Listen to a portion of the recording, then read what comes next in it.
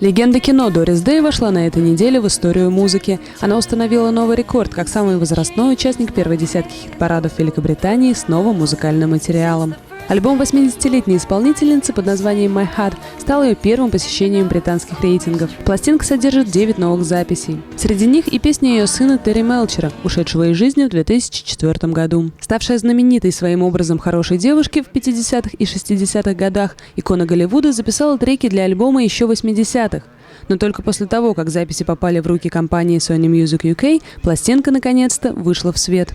В создании 4 песен, в том числе заглавной композиции «My Heart», принял участие солист группы Beach Boys и лучший друг Мелчера Брюс Джонстон. По мнению Джонстона, музыкальной карьере Дэй помешала машина Голливуд.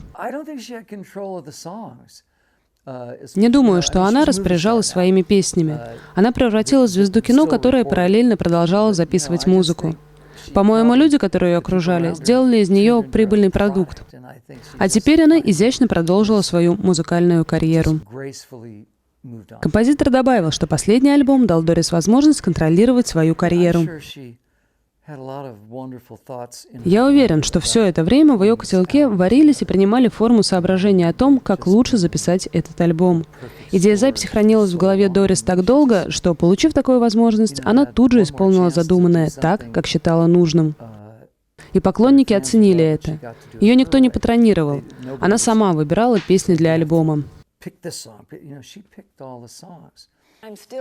Сейчас Дэй живет вдали от суматохи в городе Кармел на севере Калифорнии и активно участвует в кампаниях по защите прав животных. Пластинка «My Heart» вышла пока только на территории Британии и Германии, но Sony в настоящий момент продолжает поиски дистрибьюторов в США.